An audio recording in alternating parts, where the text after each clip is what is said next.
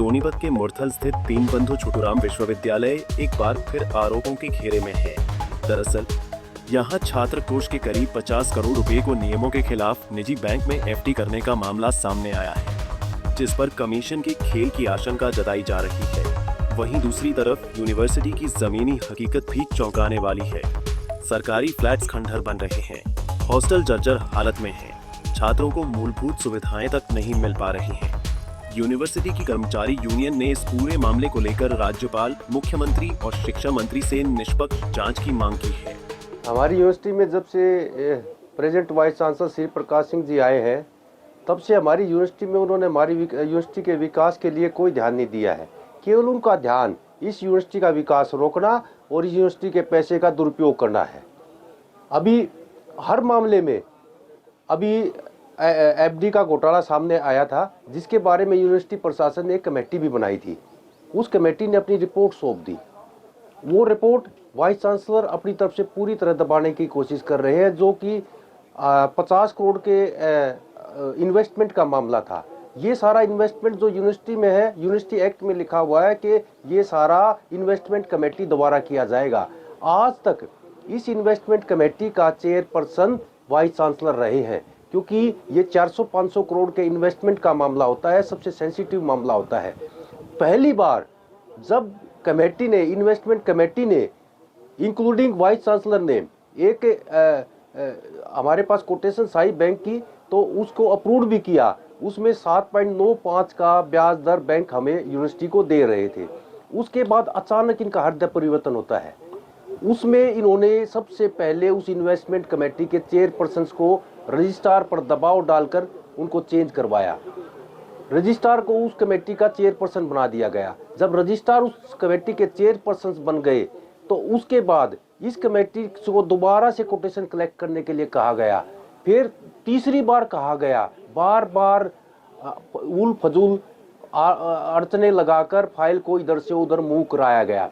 इस दरमियान इन्होंने अंदर खाते आईसीआईसीआई बैंक के अंदर, कैनरा बैंक में जो पैसा पड़ा था, आईसीआईसीआई बैंक के में पड़ा था, उस बैंक में सेविंग अकाउंट में ट्रांसफर कर दिया। और जब दबाव आया, जब ये मामला उठा, तो बैक डेट से एक 6.5 या 7% के आसपास के दर पे एफडी उस बैंक में करवाई गई, जिसका जांच में भी जो जांच हुई, रिटायर्ड आईएएस ऑफिसर और रिटायर्ड आईआर ऑफिसर ने जांच की थी अभी पीछे। उस जांच में साफ शब्दों में, जो हमें सूत्रों से ज्ञात हुआ है, साफ उन्होंने कहा है कि ये सारा इसकी जिम्मेवारी वाइस चांसलर श्री प्रकाश की बनती है। ये तो 50 करोड़ का मामला। यूनिवर्सिटी कर्मचारी यूनियन के प्रधान ने आरोप लगाए हैं कि छात्र कोष के करीब 50 करोड़ रुपए, जिसे सरकारी नियमों के तहत सरकारी बैंक में रखा जाना चाहिए था, लेकिन इसे एक निजी बैंक में कम ब्याज दर पर एफडी करवा दिया गया। वहीं यूनिवर्सिटी के छात्रों ने करीब 50 सरकारी फ्लैट की जर्जर हालत को लेकर भी सवाल उठाए हैं। हॉस्टल की हालत जर्जर है जी। कम से कम भी 10 साल से वाइट वाश तक नहीं हो रखा हॉस्टल के कमरों में, और हॉस्टल की जो बिल्डिंग है वो सारी की सारी ढह गिर रही है। कभी भी बाथरूम की छतें गिर जाती हैं। और इवन हॉस्टल फंड से इन्होंने अपने हॉस्टल जो ऑफिसों को है ना चमकवा रखा बिल्कुल, लेकिन बच्चों की कोई यहाँ सुनता नहीं है और खतरे के साए में जी रहे हैं। किसी को कंप्लेंट नहीं की इसकी? बार बार लिखी जा चुकी है, हायर अथॉरिटी को, इवन चांसलर तक को भी लिखा जा चुका है इस चीज़ के बारे में, लेकिन अभी तक कोई भी, बार बार कहते हैं कि टेंडर होने वाले हैं या फिर सेशन के एंड में हम करवाएंगे इसको। ठीक है, क्या परेशानी है? बिल्डिंग जड़ रही है सर। बाथरूमों की हालत आप देखिए, आप वीडियो में देख पाएंगे कि बहुत बुरी से बुरी हालत है। वहीं इस मामले पर जब हरियाणा भाजपा के अध्यक्ष मोहनलाल बड़ोली और स्थानीय भाजपा विधायक निखिल मदान से सवाल किया, तो उन्होंने जांच और सख्त कार्रवाई का आश्वासन दिया।